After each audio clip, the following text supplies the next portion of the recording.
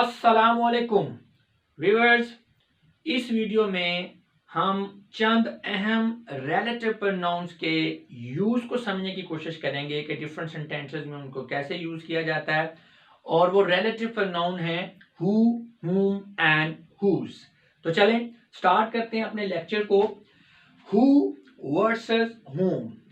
Actually, it is the most frequently asked question by the students that what is the difference between who and whom। यानी कि जो हमारे students हैं वो अक्सर ही मुझसे पूछते हैं और अक्सर उनको इस चीज में कंफ्यूजन होती है कि हमने एक सेंटेंस के अंदर हु कहाँ पे यूज करना है और whom कहाँ पे यूज करना है। ये बड़ा कंफ्यूजिंग होता है। तो इसके लिए एक छोटा सा और सिंपल सा ट्रिक है, वो अगर आपको समझ में आ जाए तो कभी भी आपको दोबारा लाइफ में हु या हुम को यूज करने में प्रॉब्लम नहीं होगा। तो उसी ट्रिक को समझाने के लिए मैंने आपको इस वीडियो को ऑर्गेनाइज किया है। तो हु और हुम, इसके यूज को समझने के लिए हम पहले देखेंगे कि जो आपका वर्ड रिलेटिव प्रोनाउन हु है इसकी डिफरेंट केस फॉर्म्स क्या हैं।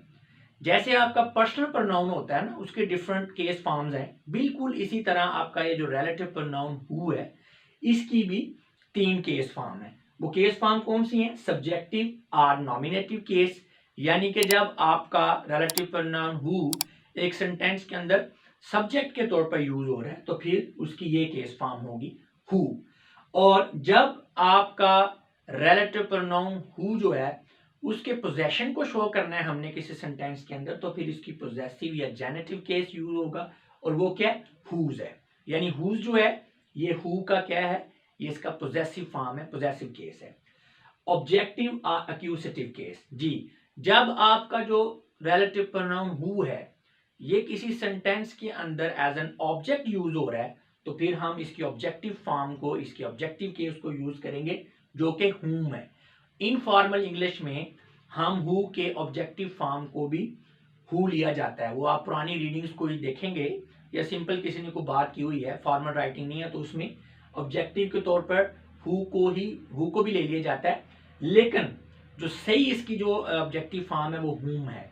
आपने हुम को ही यूज करना है, ठीक है ना, क्योंकि करेक्ट इंग्लिश जो है यानी आप अगर किसी एग्जाम में अंदर बैठे हुए हैं तो आपने वो हुम को लेगा। अगर आप हु यूज करेंगे तो हो सकता है वो आपका गलत हो जाए। तो इसलिए जो इसकी ऑब्जेक्टिव फॉर्म है हु की वो हुम है।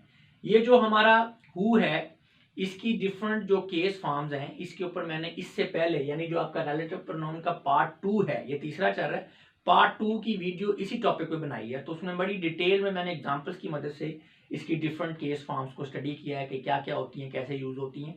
तो आप अगर इसको डीपली समझना चाहते हैं तो आप उस वीडियो को देख लें।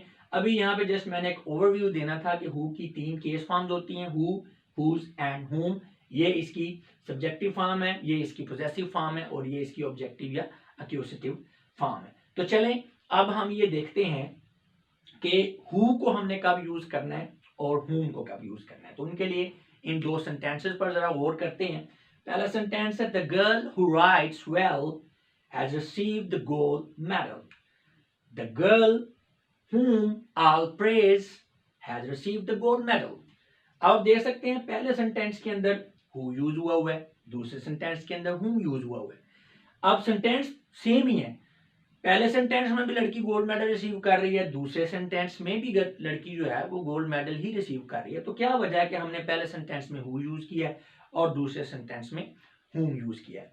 तो यही ट्रिक वाली बात है जो भी मैं आपको समझाने चाह रहा हूं। लेकिन इस ट्रिक को समझने से पहले हम थोड़ा सा अपने सेंटेंस, फ्रेज और क्लॉज के कॉन्सेप्ट को थोड़ा रिवाइज करने की कोशिश करेंगे, क्योंकि ये इसमें फ्रीक्वेंटली यूज होगा नेक्स्ट आगे जाके भी। तो वैसे तो सेंटेंस, फ्रेज और जो क्लॉज है इसके ऊपर सेपरेट एक वीडियो बनाई हुई है, नीचे डिस्क्रिप्शन के अंदर लिंक भी दे दिया है। आप इसको अच्छी तरह समझना चाहते हैं तो आप इसकी रेलिवेंट वीडियो देखें। और फ्रेज एंड क्लॉज जो है इनके ऊपर एक पूरी सीरीज भी है लेक्चर्स की। तो आप फ्रेज एंड क्लॉज को पूरा समझना चाहते हैं, इनकी टाइप्स क्या हैं, कौन सी काइंड्स हैं, कैसे यूज होते हैं, तो वो आप इनकी पूरी रेलेवेंट वीडियोस को देख लें। उन वीडियोस के लिंक्स भी नीचे यहाँ पे दिए हुए हैं डिस्क्रिप्शन में। यहाँ पे हम थोड़ा सा जस्ट एक रिवाइज करेंगे इंट्रोडक्टरी लेवल पे। देखिए सबसे पहले तो ये कि सेंटेंस क्या होता है। सेंटेंस क्या है? It's a meaningful combination of words, यानी बहुत सारे वर्ड जो हैं वो आपस में कंबाइन होते हैं तो सेंटेंस बनता है। लेकिन वर्ड्स के कॉम्बिनेशन को हम सेंटेंस तब भी कहेंगे जब वो मीनिंगफुल होगा, यानी कोई मानी जो है उससे अदा हो रहे होंगे। अब जो सेंटेंस होता है ना, इसके मजीद आगे पार्ट्स होते हैं। इसकी बाइफर्केशन अगर करें, इसको तकसीम करें, तो सेंटेंस जो है ये फ्रेजेस एंड क्लॉजेस इनसे मिलकर बनता है। अब जो सेंटेंस है ये भी कॉम्बिनेशन ऑफ वर्ड है, फ्रेज भी कॉम्बिनेशन ऑफ वर्ड है, क्लॉज भी कॉम्बिनेशन ऑफ वर्ड है। फ्रेज और क्लॉज जो है ये सेंटेंस के हिस्से हैं तीनों कॉम्बिनेशन ऑफ वर्ड्स। सेंटेंस जो है it's a meaningful combination of word. Phrase जो है it is a combination of word but it's not meaningful. यानी ये भी 2 या 4 वर्ड जो हैं ये आपस में मिलके फ्रेज को बना रहे होते हैं। आप कह लें कि सेंटेंस का एक पार्ट ही होता है, लेकिन ये मीनिंगफुल नहीं होता, कोई मफहूम जो है नहीं निकल रहा होता। पहली बात। दूसरी बात ये है कि इसकी जो सेंटेंस स्ट्रक्चर है वो भी कंप्लीट नहीं होती, यानी इसमें सब्जेक्ट या प्रेडिकेट जो है वो नहीं होगा। ठीक है, एक चीज होगी एक नहीं होगी, यानी सेंटेंस स्ट्रक्चर के लिहाज से भी यह नामुकम्मल होगा और मफहूम या मीनिंग तो बिल्कुल ही कोई नहीं दे रहा होगा। तो ऐसा कॉम्बिनेशन ऑफ वर्ड्स जिसकी सेंटेंस स्ट्रक्चर भी कंप्लीट नहीं है और वो कोई मीनिंग भी नहीं दे रहा, तो वो क्या हो गया, वो आपका फ्रेज हो गया। अब क्लॉज क्या है? Clause is also a combination of words, लेकिन फ्रेज के ब्रश जो क्लॉज है, एक तो इसकी सेंटेंस स्ट्रक्चर कंप्लीट होगी, यानी इसमें सब्जेक्ट भी होगा, प्रेडिकेट भी होगा, और ये कुछ ना कुछ मफहूम जरूर दे रहा होगा। यानी मुकम्मल तौर पे मैसेज तो नहीं कन्वे कर पा रहा होगा जैसे सेंटेंस करता है, लेकिन कुछ ना कुछ इसका मफहूम जरूर बन रहा होगा, लेकिन मुकम्मल मफहूम नहीं होगा। तो ये होता है आपका सेंटेंस, फ्रेज एंड क्लॉज। अच्छा, अब हम बात करते हैं क्लॉज की। अब जो क्लॉज होता है ना, एक सेंटेंस के अंदर अगर 2 क्लॉज हैं, एक क्लॉज दूसरे क्लॉज को एक्सप्लेन कर रहा है, उसको इंट्रोड्यूस कर रहा है, उसको मॉडिफाई कर रहा है, उसके बारे में कुछ एडिशनल इंफॉर्मेशन दे रहा है, तो उस सेंटेंस के अंदर वो वाला क्लॉज जिसको एक्सप्लेन किया जा रहा है दूसरे क्लॉज में, जिसको मॉडिफाई किया जा रहा है दूसरे क्लॉज में, तो उस क्लॉज को हम क्या कहते हैं? मेन क्लॉज कहते हैं या प्रिंसिपल क्लॉज कहते हैं। और वो जो दूसरा क्लॉज है जो मेन क्लॉज को या प्रिंसिपल क्लॉज को एक्सप्लेन कर रहा है, मॉडिफाई कर रहा है, इंट्रोड्यूस कर रहा है, उसको हम क्या कहेंगे? सब ऑर्डिनेट क्लॉज कहेंगे। उसको हम क्या कहेंगे? सब ऑर्डिनेट क्लॉज।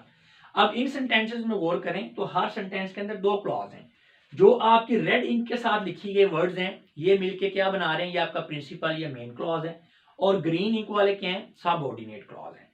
अच्छा, अब ये मेन क्लॉज या प्रिंसिपल क्लॉज और सब ऑर्डिनेट क्लॉज जो हैं, इसकी आपको समझ आ गई। यानी जो एक्सप्लेन कर रहा है, ठीक है, वो आपका सब ऑर्डिनेट है, वो महकूम है। ठीक है, उसका मकसद सिर्फ मेन क्लॉज को एक्सप्लेन करना है। तो आप यही क्या, इसको समझने के लिए यही कह लें कि ये मेन क्लॉज के अंडर है। ठीक है, तो ये उसका महकूम है, ये उसको एक्सप्लेन कर रहा है। लेकिन जो आपका मेन क्लॉज है उसको सब ऑर्डिनेट क्लॉज अगर ना भी होगा तो उसका मीनिंग जो है वो कंप्लीट है। The girl has received the gold medal. ठीक है, तो वो एडिशनल एक इंफॉर्मेशन है, उसको मजीद एक्सप्लेन कर रहा है उस क्लॉज को, यानी उस क्लॉज के सब्जेक्ट को। तो इस यानी एक सेंटेंस के अंदर वो वाली क्लॉज जिसको अपने मीनिंग कंप्लीट करने के लिए दूसरी क्लॉज को जरूरत नहीं है, वो आपकी क्या? मेन क्लॉज है, प्रिंसिपल क्लॉज है। लेकिन वो वाली क्लॉज जिसका कोई मफहूम नहीं बनता प्रिंसिपल क्लॉज के बगैर, यानी उसने वो उसको एक्सप्लेन करने के लिए बनी हुई है। ठीक है, अगर वो अकेली कहीं पे लिख दें, हु राइट्स वेल कहीं पे लिखा हुआ है तो कोई समझ नहीं आएगी, लेकिन the girl has received the gold medal लिखा हुआ है तो बात पूरी समझ में आ रही। तो इसका मतलब है ये मेन क्लॉज है, इसको अपने मफहूम को देने के लिए दूसरी क्लॉज को जरूरत नहीं है, इसलिए ये मेन क्लॉज है। लेकिन ये वाली जो क्लॉज है ये अकेली अगर कहीं है तो इसका कोई मतलब कोई मफहूम नहीं बन रहा। इसका मतलब है ये दूसरी क्लॉज को एक्सप्लेन करने के लिए जो है एडिशनल इंफॉर्मेशन दे रही है, तो फिर ये आपकी सबऑर्डिनेट क्लॉज है। अच्छा, मेन क्लॉज और सबऑर्डिनेट क्लॉज हो गया।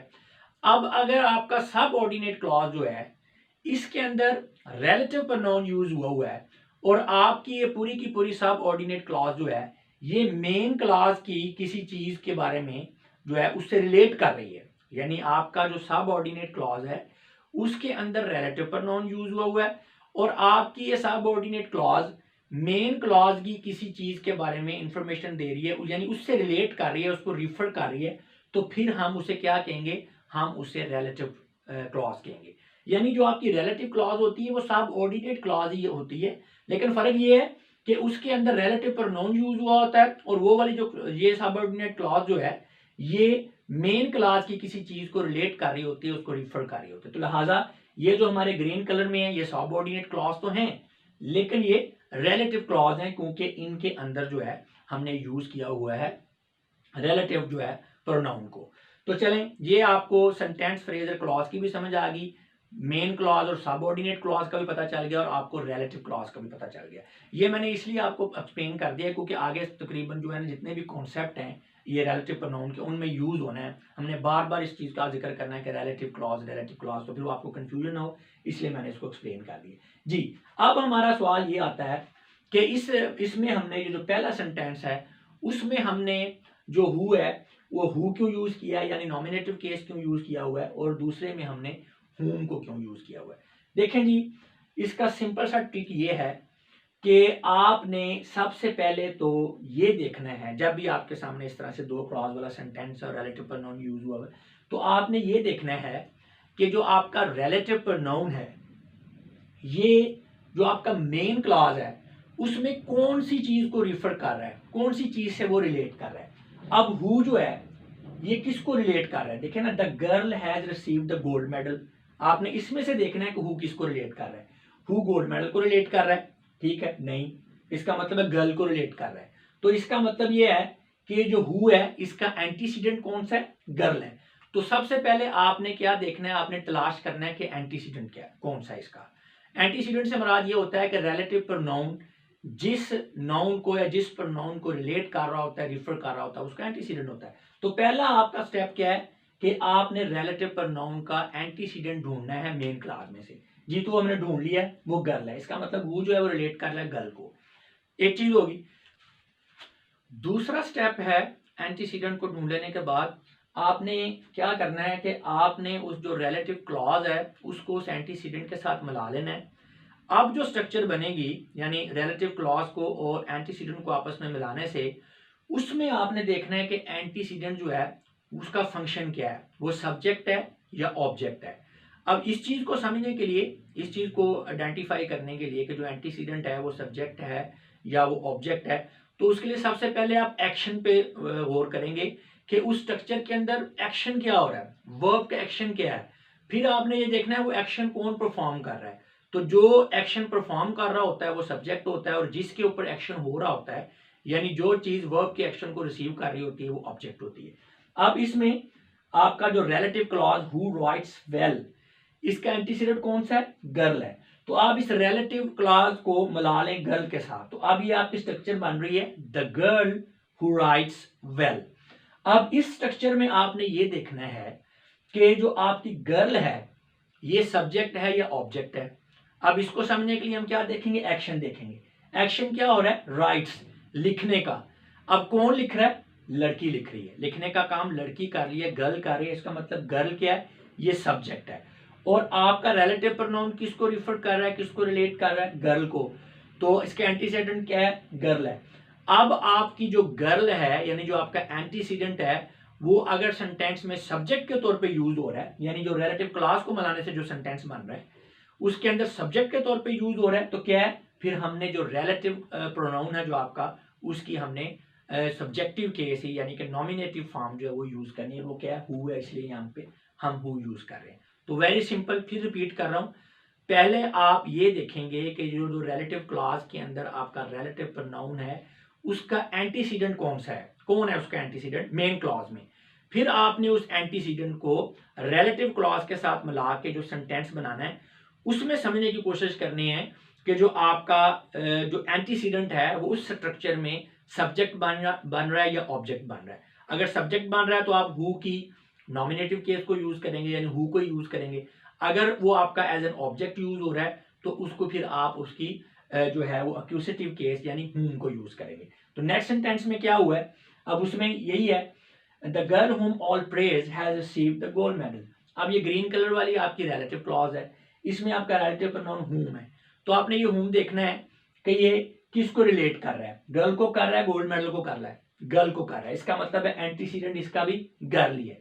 तो चलें आप रिलेटिव क्लॉज को गर्ल के साथ मिला दें, इसके एंटीसीडेंट मिला दें, द गर्ल हुम ऑल प्रेज। अब यहां तक देखें, इस स्ट्रक्चर के अंदर हूं जो आपका गर्ल है ये सब्जेक्ट है, ये ऑब्जेक्ट है।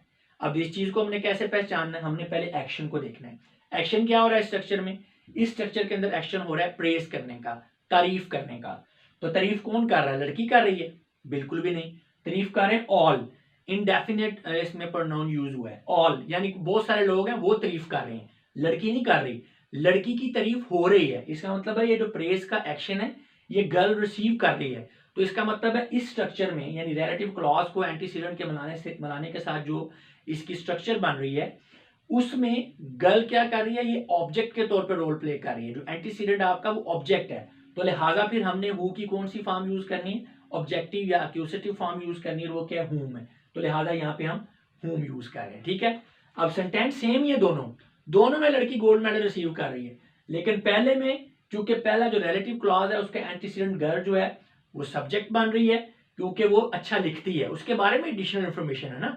रिलेटिव क्लॉज जो है वो एंटीसीडेंट को एक्सप्लेन कर रहा है, तो अब वो अच्छा लिखती है तो इसलिए वो सब्जेक्ट है, उसमें जो रिलेटिव क्लॉज के अंदर वो सब्जेक्ट बन रही है। आपने ये देखना है बेसिकली कि जो आपका एंटीसीडेंट है वो रिलेटिव क्लॉज के अंदर क्या बन रहा है, क्योंकि रिलेटिव क्लॉज जो है वो एंटीसीडेंट को एक्सप्लेन कर रही है। अब रिलेटिव क्लॉज के अंदर जो आपका एंटीसीडेंट यहाँ पे सब्जेक्ट है तो सब्जेक्टिव केस यूज करेंगे हम रिलेटिव प्रोनाउन की हु, और ये जो आपकी रिलेटिव क्लॉज है हुम ऑल प्रेज, उसके अंदर आपका जो एंटीसीडेंट है वो ऑब्जेक्ट के तौर पे रोल प्ले कर रहा है, क्योंकि आपका रिलेटिव जो क्लॉज है उसने एंटीसीडेंट को ही एक्सप्लेन करना होता है। तो आपने यही देखना होता है कि जो आपका एंटीसीडेंट है वो रिलेटिव क्लॉज के अंदर क्या फंक्शन कर रहा है। जब आपने रिलेटिव प्रोनाउन की केस फॉर्म की बात करनी है ना कि हमने हु करना है यूज या हुम यूज करना है, तो फिर आपने ये नहीं करना कि आपने एंटीसीडेंट को मेन क्लॉज के अंदर देखने लग जाए कि मेन क्लॉज के अंदर क्या वो रोल प्ले कर रहा है। नहीं, जब आपने यूज करना है ना रिलेटिव प्रोनाउन जो हु है उसकी किसी केस फॉर्म को, तो फिर आपने ये देखना है कि जो एंटीसीडेंट है वो रिलेटिव क्लॉज के अंदर क्या फंक्शन प्ले कर रहा है। ठीक है ना, अगर आप मेन क्लॉज में फिर जाएंगे फिर आपका गलत हो जाएगा, क्योंकि हो सकता है कि ये जो आपकी मेन क्लास के लिहाज से अगर बात करें तो जो आपका एंटीसीडेंट है उसका केस ही कोई और यूज हो, वहां पे कोई प्रोनाउन हो और उसकी ऑब्जेक्टिव फॉर्म यूज हो, लेकिन रिलेटिव क्लॉज के लिहाज से वो सब्जेक्ट हो, तो फिर आपसे ये गलत हो जाएगा।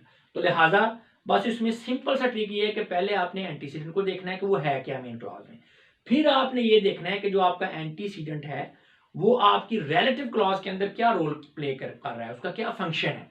ठीक है, और हम ऐसा क्यों करते हैं, क्यों देखते हैं हम रिलेटिव क्लॉज के अंदर, उसकी वजह ये कि रिलेटिव क्लॉज हमने लिखी इसलिए है कि वो आपके एंटीसीडेंट को एक्सप्लेन करे, उसी के बारे में एडिशनल इंफॉर्मेशन है। तो हमने आपके एंटीसीडेंट का रोल देखना है कि वो रिलेटिव क्लॉज के अंदर क्या है, तो उसके रोल के मुताबिक हमने हु की फॉर्म यूज कर लेनी। बस ये सिंपल सा ट्रिक है, ये अगर आपको समझ आ गई तो कभी भी आपसे ये गलती नहीं होगी कि आपने हु यूज करना है या हुम यूज करना है। ठीक है, लेकिन थोड़ी सी प्रैक्टिस चाहिए इसको समझने के लिए। तो नेक्स्ट देखते हैं क्या पॉइंट है। The case of the relative pronoun is determined by the function and not by the case of its antecedent। जी, वही वाली बात जो मैंने अभी आपको एक्सप्लेन की है कि आपने एंटीसीडेंट के फंक्शन को देखना है कि वो रिलेटिव क्लॉज के अंदर क्या फंक्शन प्ले कर रहा है, ना तो आपने एंटीसीडेंट का फंक्शन देखना है मेन क्लॉज के अंदर, ना ही आपने एंटीसीडेंट के केस को देखना है। हो सकता था यहाँ पे जो एंटीसीडेंट है ये ऑब्जेक्टिव केस में यूज हुआ होता मेन क्लॉज के लिहाज से, तो फिर आपने ये नहीं देखना था कि वो आपका एंटीसीडेंट अगर ऑब्जेक्टिव केस में तो आपने यहाँ पे हु की भी ऑब्जेक्टिव फॉर्म यूज कर देनी, बिल्कुल भी ऐसा नहीं करना। आपने जस्ट ये देखना है कि जो आपका एंटीसीडेंट है वो रिलेटिव क्लॉज के अंदर उसका फंक्शन क्या है। बस ये बात आपको समझ में आ गई तो कभी भी आपसे गलती नहीं होगी हु को या हुम को यूज करते हुए।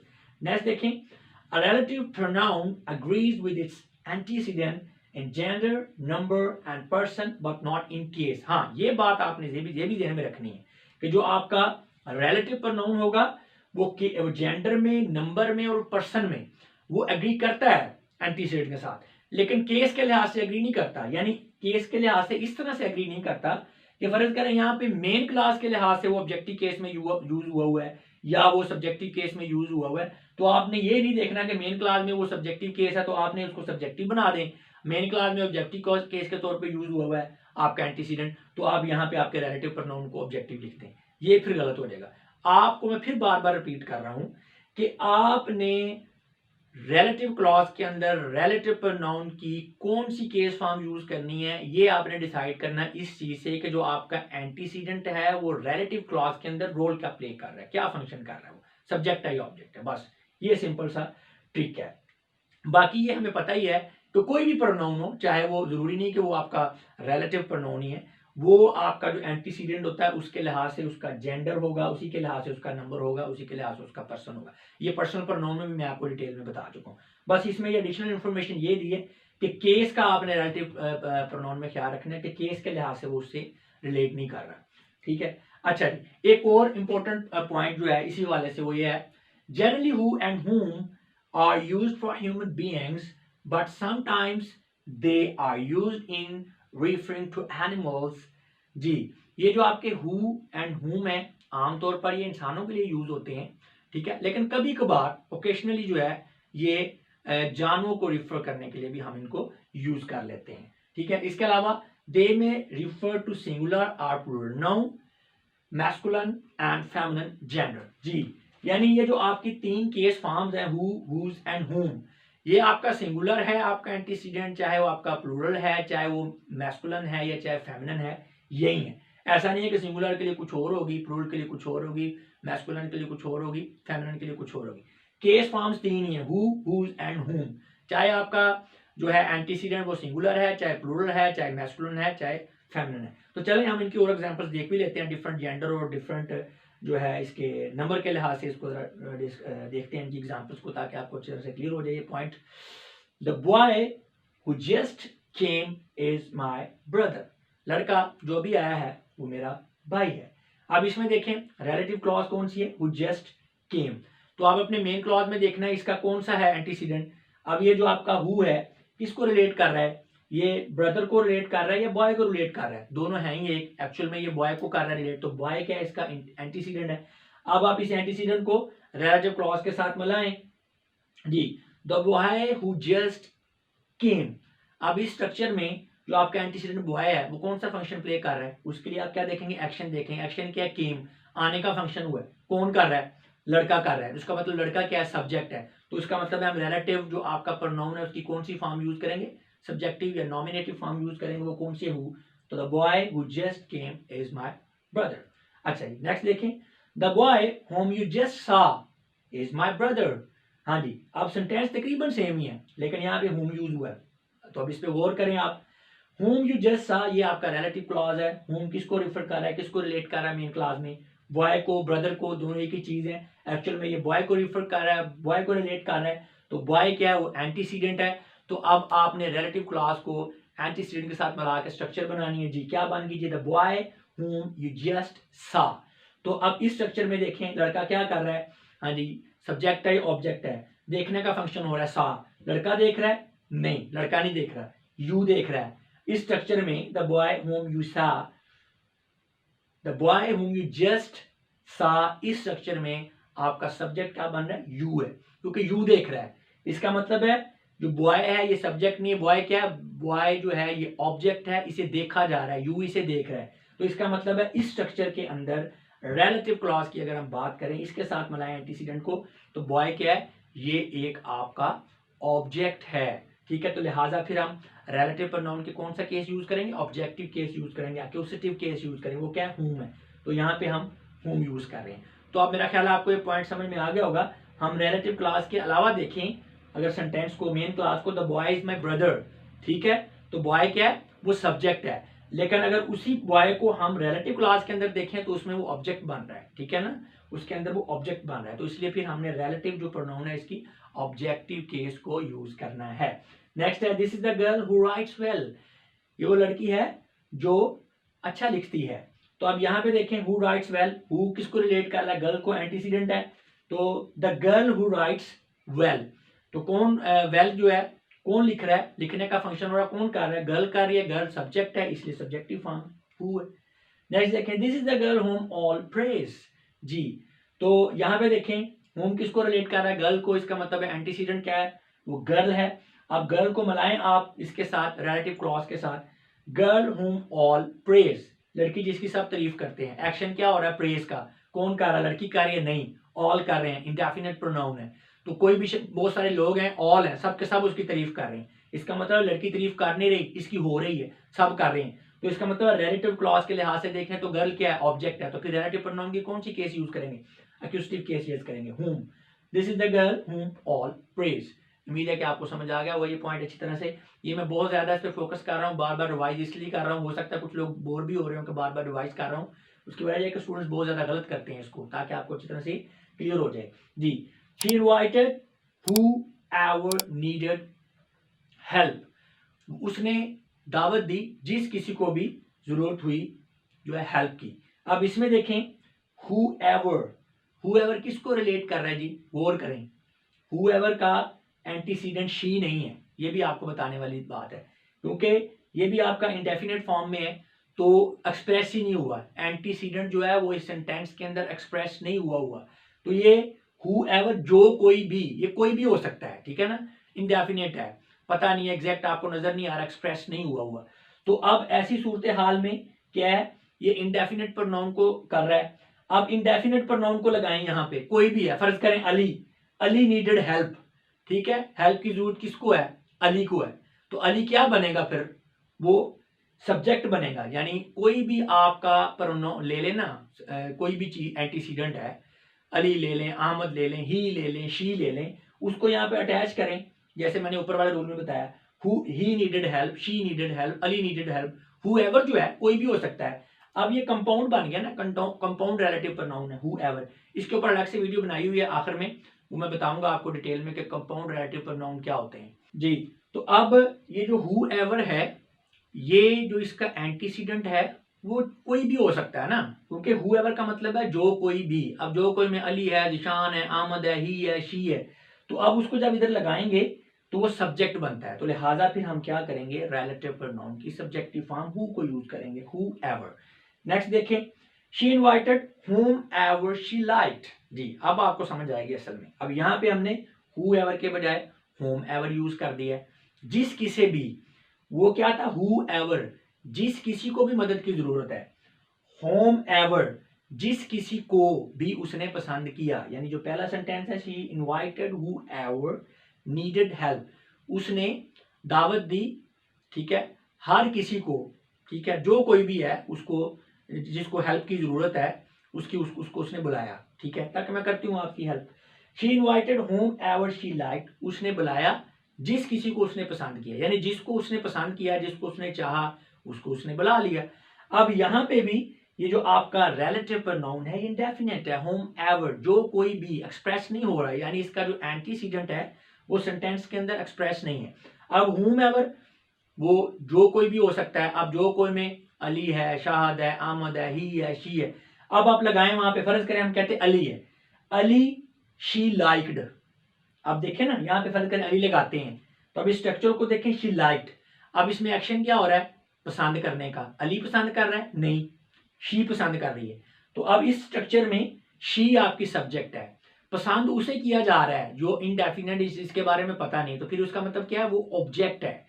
तो फिर हम रिलेटिव प्रोनाउन की ऑब्जेक्टिव फॉर्म को यूज करेंगे, हु को नहीं यूज करेंगे, whom को यूज करेंगे। तो इसलिए whomever she liked। तो अब आपको समझ आ रही होगी कि हमने पहला जो सेंटेंस था उसमें she invited whoever needed help use किया है, और जो दूसरा सेंटेंस है उसमें हमने she invited whomever she liked, whomever इसलिए यूज किया है क्योंकि जो एंटीसीडेंट है, बेशक वो हमें नोन नहीं, वो हमें नोन नहीं है, एक्सप्रेस नहीं हुआ, लेकिन जब हम उसको लगाएंगे यहाँ पे तो वो ऑब्जेक्ट बनता है, तो इसलिए हमने ऑब्जेक्टिव फॉर्म यूज की है रिलेटिव प्रोनाउन की। मुझे उम्मीद है कि अब आपको अच्छी तरह से क्लियर हो चुका होगा कंसेप्ट जी। तो मजीद देखते हैं, क्योंकि हमने बात की है कि सिंगुलर के लिए भी यूज होता है, प्लूरल के लिए भी यूज होता है, मैस्कुलिन के लिए भी यूज होता है, फेमिनिन के लिए भी यूज होता है। तो यहाँ पे हम बॉय की बात कर रहे थे, अब यहाँ पे बॉयज आ गया है, प्लूरल में आ गया है, ठीक है। तो इसी तरह मैस्कुलिन एंड फेमिनिन की अगर बात करें तो वहाँ पे गर्ल यूज हुई है, तो यहाँ पे बॉय है। तो आप देख सकते हैं, चाहे मैस्कुलिन है, चाहे फेमिनिन है, चाहे सिंगुलर है, चाहे प्लूरल है, तो जो फॉर्म्स हैं हु की वो सेम टू सेम है। देखें, the boys who just came are my class fellows, तो यहाँ पे हुई है, ठीक है, प्लूरल है। The boys whom you just saw are my class fellows, तो यहाँ पे आपका बॉयज है, प्लूरल सब्जेक्ट है, लेकिन उसके बावजूद whom यूज हुआ है। We had to take Tommy who had been barking all night inside। जी वही वाली बात जो भी यहाँ पे पहले मैंने आपको एक्सप्लेन की थी कि who और whom जो है ये ज्यादातर इंसानों के लिए यूज होता है, लेकिन कभी कभी ये जानवरों के लिए भी यूज हो जाता है। तो यहाँ पे टॉमी है, तो टॉमी को रिलेट कर रहा है हु, तो आप देख सकते हैं कि यहाँ पे हु जो है हमने यूज किया है, जो कि अमूमन इंसानों के लिए यूज होता है। तो अब इसमें देखें, जो है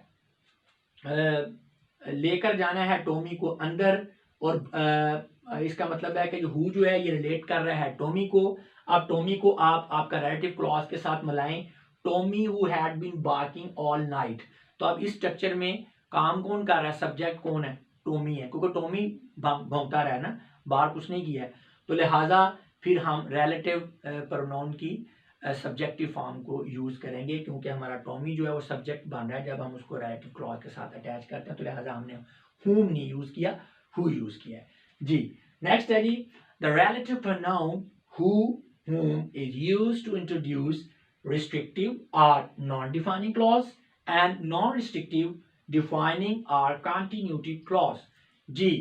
तो ये भी आपको मैंने बताना जरूरी समझा इस वीडियो के अंदर कि जो आपका who और whom है ये रिस्ट्रिक्टिव क्लॉज के साथ भी यूज होते हैं और नॉन रिस्ट्रिक्टिव क्लॉज के साथ भी यूज होते हैं।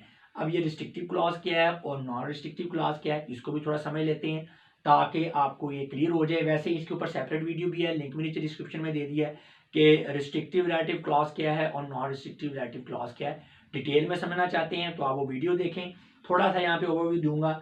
देखें, रिस्ट्रिक्टिव को नॉन डिफाइनिंग भी कहते हैं, नॉन रिस्ट्रिक्टिव को डिफाइनिंग या कॉन्टिन्यूटिव भी कहते हैं। ये भी आपको पता होना चाहिए। अगर किसी जगह पे डिफाइनिंग लिखा गया है या कॉन्टिन्यूटिव लिखा हो गया है तो उसका मतलब नॉन रिस्ट्रिक्टिव ही है। अगर किसी जगह पे नॉन डिफाइनिंग लिखा हुआ तो उसका मतलब है रिस्ट्रिक्टिव।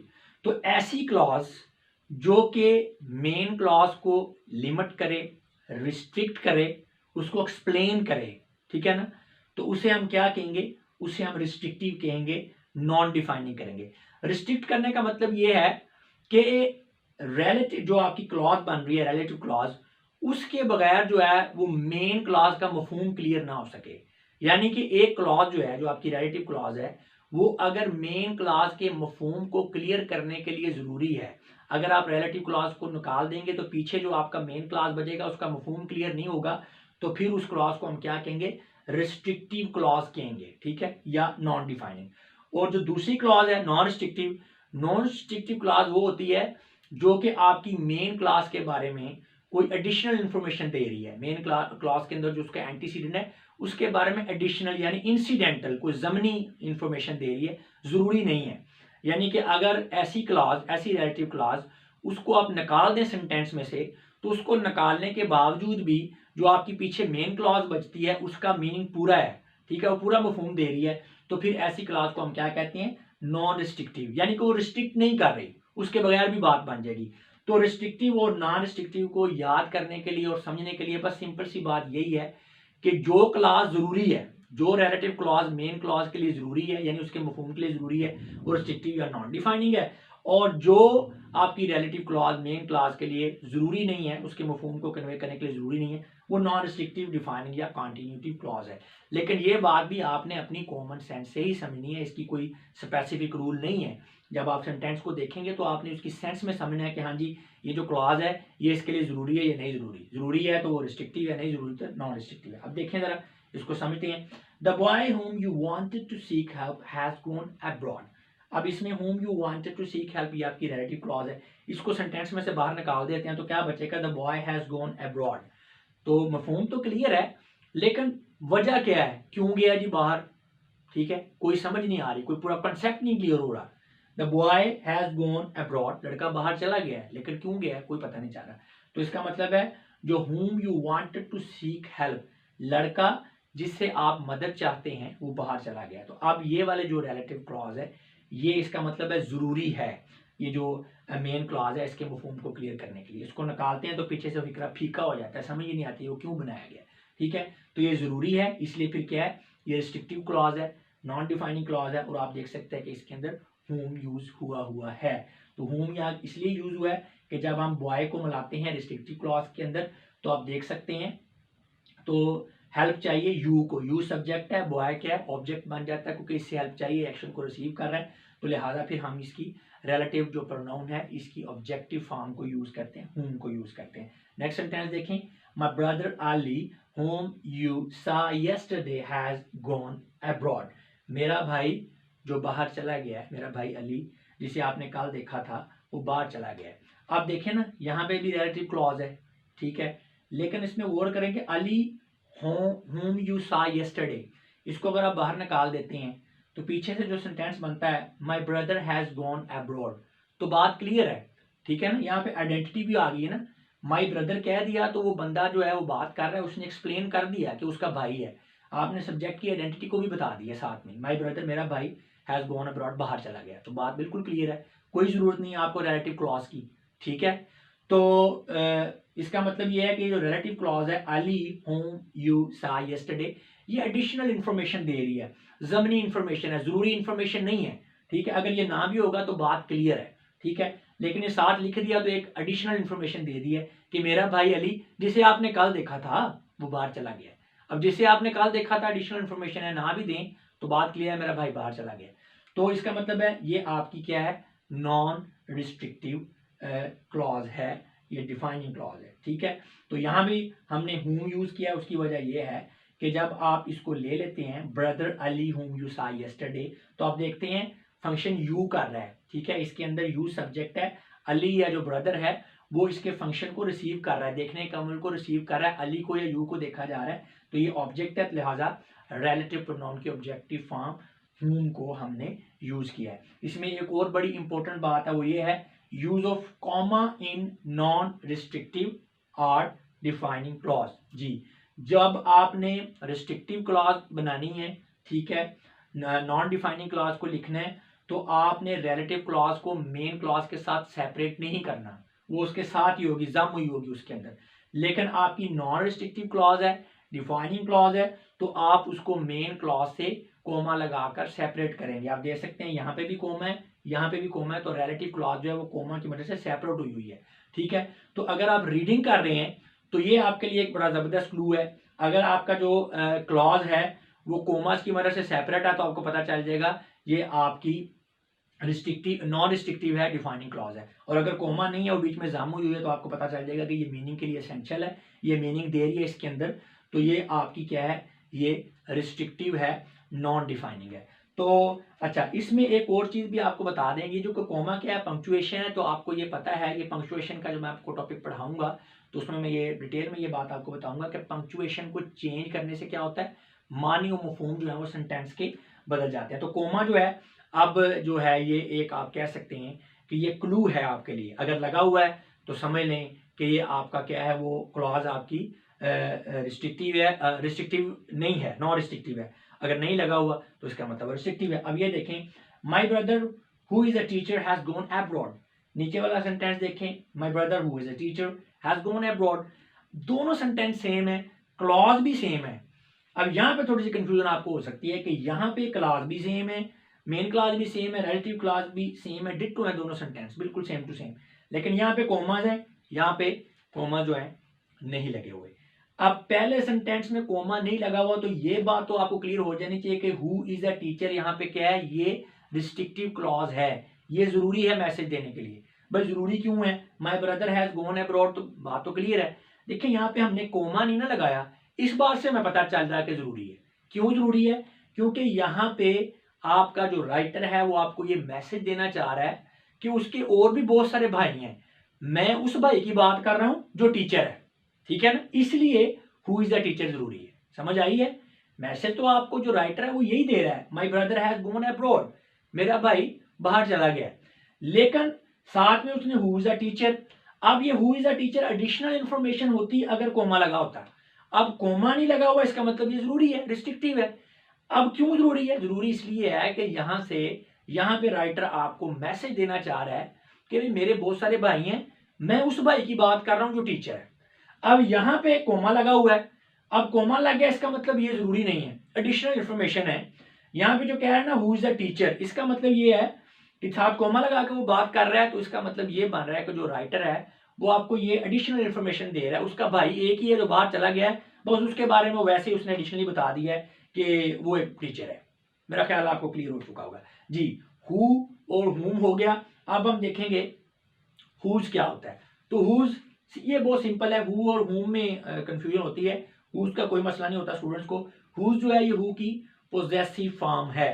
तो आपका एक मेन क्लॉज है और एक आपका रिलेटिव क्लॉज है। आपने सिंपल देखना है आपका एंटीसीडेंट कौन सा है। अब आपको आपका एंटीसीडेंट पता चल गया। अब एंटीसीडेंट को आपने रिलेटिव क्लॉज के साथ मिला लिया। अब आपका एंटीसीडेंट जो है वो रिलेटिव क्लॉज के अंदर किसी चीज को पोजेस कर रहा है, तो रिलेटिव क्लॉज के अंदर किसी चीज के ऊपर एंटीसीडेंट के पोजेशन को जब हमने शो करना है तो हमने रिलेटिव प्रोनाउन की पोजेसिव फॉर्म को यूज करना है। जैसा कि अभी हम एग्जांपल्स देखेंगे तो आपको ये क्लियर हो जाएगा जी। पोजेसिव, हाँ जी, हुज क्या है? Possessive or genitive case of whose जी, who is used to refer to possession जी। तो पहली बात तो आपको ये पता होना चाहिए क्योंकि ये पोजेसिव केस है, जेनेटिव केस है, तो ये पोजेशन को रिफर करता है। पोजेशन के किसके पोजेशन को? एंटीसीडेंट के पोजेशन को। It may refer to a singular और plural noun, masculine and feminine gender जी। जैसे मैंने आपको हु और हुम के बारे में बताया था कि आपका जो एंटीसीडेंट है वो आपका मेल है, फीमेल है, यानी मैस्कुलिन है, फेमिनिन है, वो सिंगुलर है या प्लूरल है। जो आपका हु है उसकी पोजेसिव फॉर्म एक ही है, हुज ही है, तो ये यूज होगी। This is the girl whose books are lost. This is the girl, ये लड़की है, हुज बुक्स आर लॉस्ट, जिसकी किताबें खो गई हैं। अब हुज बुक्स आर लॉस्ट ये क्या है? ये रिलेटिव क्लॉज है। हुज किसको रिलेट कर रहा है? गर्ल को, तो इसका मतलब गर्ल क्या है? एंटीसीडेंट है। अब गर्ल रिलेटिव क्लॉज के अंदर क्या कर रही है? Girl whose books are lost, girl लड़की की किताबें खो गई हैं, लेकिन लड़की का बुक्स के ऊपर हमने पोजेशन शो करना है, इसलिए हमने रिलेटिव क्लॉज जो हु है उसकी पोजेसिव फॉर्म को यूज किया है, हुज को यूज किया है। इसी तरह आप देखें, this is the boy whose books are lost. अब ये आपका बॉय है यानी मैस्कुलिन फॉर्म है, तो तब भी हुज ही है, ठीक है। नेक्स्ट देखें, these are the girls whose books are lost. तो यहाँ पे अब लड़कियां आ गई हैं, प्लूरल फॉर्म में आ गया, तब भी हुज ही यूज हो रहा है। These are the boys whose books are lost, तो यहाँ पे अब बॉयज आ गए, प्लूरल फॉर्म में मैस्कुलिन है, तो भी हुज ही यूज हो रहा है। तो व्यूअर्स मुझे उम्मीद है कि अब आपको समझ आ गई होगी कि हमने हु को कब यूज करना है, हुज को कब यूज करना है और हुम को यूज करना है, या हमने उनको कैसे यूज करना है। अच्छा, एक आपको एडिशनल जो इंफॉर्मेशन है वो आखिर में मैं जरूर देना चाहूंगा, वो ये है कि जो हु, हुज और हुम जो हैं ये इंट्रोगेटिव प्रोनाउन के तौर पर भी यूज होते हैं, यानी कि ये डायरेक्ट और इनडायरेक्ट क्वेश्चन करने के लिए भी इस्तेमाल होते हैं। तो चले देखते हैं ये जो है वो इनडायरेक्ट क्वेश्चन या डायरेक्ट क्वेश्चन करने के लिए कैसे इस्तेमाल होते हैं।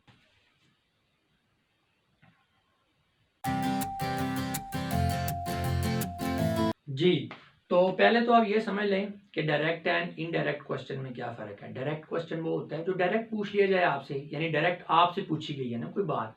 इनडायरेक्ट क्वेश्चन ये है कि कोई बंदा आपसे बात कर रहा है और वो जिक्र कर रहा है कि उससे किसी ने ये पूछा था, तो इनडायरेक्ट हो गई, यानी सवाल जो है वो किसी और ने पूछा और जिससे पूछा गया वो आगे आपको बता रहा है कि मुझसे उसने ये पूछा, तो वो आपका इनडायरेक्ट क्वेश्चन हो गया।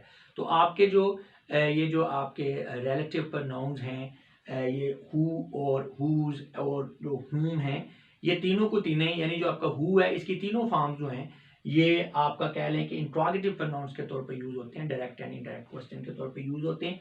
तो चला देखते हैं, relative pronouns who, whom and whose can also be used to ask direct and indirect questions जी। Who is the author of this book? इस किताब का ऑथर कौन है? हु। अब हु यहाँ पे कौन का जो है मीनिंग दे रहा है, तो यहाँ पे डायरेक्ट क्वेश्चन आपसे पूछा जा रहा है कि इस किताब का ऑथर कौन है। तो आप यहाँ देख सकते हैं कि यहाँ पे जो हु है ये आपका रिलेटिव, यहाँ पे कोई रिलेटिव क्लॉज नहीं है, रिलेटिव क्लॉज और मेन क्लॉज वाली बात नहीं है। यहाँ पे हु सिंपली आपका इंट्रोगेटिव प्रोनाउन है, क्वेश्चन जो है वो पूछने के लिए क्वेश्चन वर्ड है ये आपका। My brother asked me to who had come in his absence. अब ये इनडायरेक्ट क्वेश्चन है, मेरे भाई ने पूछा कि उसकी गैर मौजूदगी में कौन आया। अब यहाँ पे हु क्या है? ये कोई क्लास वाली बात नहीं है, रिलेट नहीं कर रहा, सिंपल यहाँ पे ये एक इंट्रोगेटिव प्रोनाउन के तौर पर यूज हो गया। My father wanted to know whom I was inviting for dinner। मेरे बाप ने मुझसे पूछा कि मैं डिनर के लिए किसे बुला रहा था। तो यहाँ पे भी whom जो है इनडायरेक्ट क्वेश्चन पूछने के लिए है कि किसे बुलाया जा रहा है, पता नहीं है, क्वेश्चन पूछा जा रहा है, फादर पूछ रहा है, तो ये क्वेश्चन वर्ड है। यहाँ पे whom जो है ये ऑब्जेक्टिव फॉर्म को शो नहीं कर रहा, इसमें वो जैसे अभी हमने पहले पढ़ा है कि वो रिलेटिव क्लॉज है, एंटीसीडेंट वाली ऐसी कोई बात नहीं, सिंपली ये इंट्रोगेटिव प्रोनाउन के तौर पर यूज हो रहा है। नेक्स्ट देखें, हुज बुक इज दिस। अब हुज बुक इज दैट, तो वो किसकी किताब है। अब यहाँ पे भी हुज जो है वो सिंपली आपका इंट्रोगेटिव प्रोनाउन के तौर पे यूज हुआ है, पोजेशन को शो कर रहा है कि किताब किसकी है। बेसिकली पोजेशन के बारे में पूछा जा रहा है, तो इसलिए हुज की फॉर्म है। यहाँ पे किसी के बारे में पूछा जा रहा है यानी किसे, ठीक है ना।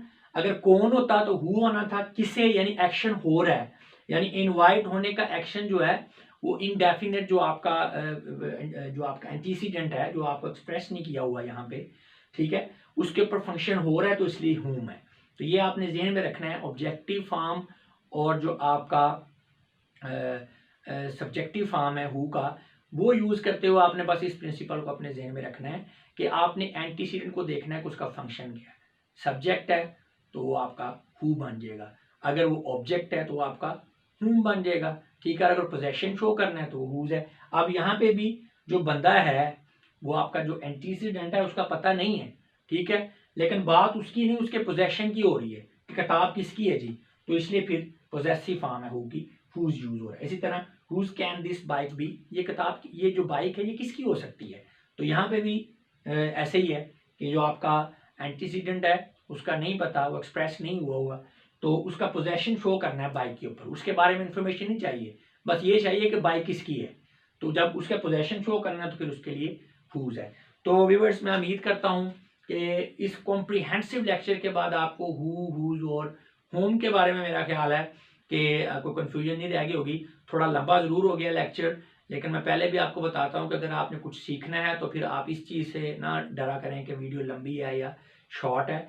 तो मैं इस बात का भरपूर दावा करता हूँ इंशाल्लाह कि जो ट्रिक मैंने आपको बताया ना हु और होम को जो है वो समझने के लिए कि कैसे यूज़ करना है, इनका डिफरेंस क्या है यूज़ करने में, तो मुझे उम्मीद है ना किसी ग्रामर की बुक में ना किसी वीडियो लेक्चर में आपको इस तरह से ये ट्रिक नहीं कोई बताएगा। वो आपको थोड़ा सा कॉम्प्लेक्सिटी की तरफ लेकर जाते हैं राइटर सारे। तो ये सिंपल है, तो आपने फंक्शन देखना है एंटीसीडेंट का, ठीक है। तो ये ट्रिक मुझे उम्मीद है कि मैंने नहीं देखा अभी तक कि इस तरीके से जो है, इस ट्रिक से किसी को जो है हु और हुज जो है उसके यूज का डिफरेंस किसी ने समझाया हो। तो व्यूअर्स, आखिर में मैं सिर्फ आपको ये और एडिशनल इंफॉर्मेशन एक छोटी सी देना चाहूँगा, वो ये है कि हम पार्ट्स ऑफ स्पीच स्टडी कर रहे हैं, उसमें हमारा प्रोनाउन चल रहा है पार्ट, प्रोनाउन के आगे डिफरेंट काइंड्स को स्टडी कर रहे हैं। अब प्रोनाउन की डिफरेंट काइंड है, जैसे पर्सनल प्रोनाउन है, रिफ्लेक्सिव प्रोनाउन है, रिलेटिव प्रोनाउन है, इंट्रोगेटिव प्रोनाउन है। तो अभी हमारा चल रहा है प्रोनाउन की काइंड रिलेटिव प्रोनाउन। तो प्रोनाउन की जो पर्सनल प्रोनाउन वाली काइंड थी वो काफ़ी बड़ी थी, उस पर एक सीरीज ऑफ लेक्चर में बनाना पड़े। तो ये दूसरे नंबर पे मोस्ट इंपॉर्टेंट और आप कह लें कि जो मेजर पार्ट है वो प्रोनाउन का, वो रिलेटिव प्रोनाउन है। और इसी के यूज़ में यानी पर्सनल प्रोनाउन के बाद रिलेटिव प्रोनाउन को समझने में और यूज़ करने में स्टूडेंट्स को थोड़ी कंफ्यूजन होती है, मुश्किल होती है। इसलिए रिलेटिव प्रोनाउन जो है ये काफ़ी बड़ा टॉपिक है, एक वीडियो में इसको नहीं कवर किया जा सकता, इसके भी डिफरेंट पार्ट्स है। पहला जो पार्ट था उसमें मैंने रिलेटिव प्रोनाउन का इंट्रोडक्शन दिया, होते क्या हैं। दूसरे पार्ट में इन फॉर्म्स को बड़ी डिटेल में डिस्कस किया है, इनके यूज़ को समझाया। अब ये जो है इसमें हमने हु इसके जो डिफरेंट, अब हम ना जो ये हमारी नेक्स्ट सीरीज चल रही है लेक्चर, उसमें हम इंडिविजुअल रिलेटिव प्रोनाउन को डिस्कस कर रहे हैं। अब यहाँ पे हमने हु को एक्चुअल में डिस्कस किया है, देखिए हुम और हुज ये तो हु की फॉर्म्स है ना। तो बेसिकली ये वीडियो जो है ये हमारा रिलेटिव प्रोनाउन हु के ऊपर थी। इसके बाद हम नेक्स्ट अभी विच को देखेंगे, ठीक है। विच के बाद हमने जो है वो दैट को देखना है, फिर विच और दैट के डिफरेंस को समझना है, क्योंकि उसको यूज करने में जैसे हु और हुम के बारे में कंफ्यूजन होती है स्टूडेंट्स को, इसी तरह विच और दैट के बारे में स्टूडेंट्स को कंफ्यूजन होती है। तो अलग-अलग वीडियो बनाई है हर एक टॉपिक के ऊपर ताकि आपको स्टेप बाय स्टेप समझ आती जाए। इसी तरह ये रिस्ट्रिक्टिव क्लॉज और नॉन रिस्ट्रिक्टिव जो है रिलेटिव क्लॉज, इनके ऊपर एक पूरी सेपरेट वीडियो बनाई हुई है। तो बात करने का मकसद ये है कि अगर आप रिलेटिव प्रोनाउन के टॉपिक को अच्छी तरह पूरे कॉन्सेप्ट्स के साथ बगैर किसी कंफ्यूजन के समझना चाहते हैं तो आपको इन रिलेटिव प्रोनाउन की पूरी सारी की सारी वीडियोस को देखना पड़ेगा। और अगर आप सिर्फ हु और होम वाली कंफ्यूजन को दूर करना चाह रहे थे कि इनमें से कौन सा यूज होता है कौन सा नहीं यूज होता, तो मैं उम्मीद करता हूँ कि इस वीडियो के बाद आपको अच्छी तरह से उस कॉन्सेप्ट की समझ आ गई होगी, या आपका जो इशू है या आपकी कंफ्यूजन जो है ये दूर हो चुकी होगी। अब मैं आप लोगों से इजाज़त चाहूँगा, अपना बहुत सा ख्याल रखिएगा, आपकी समातों का बहुत बहुत शुक्रिया। खुदा हाफिज़।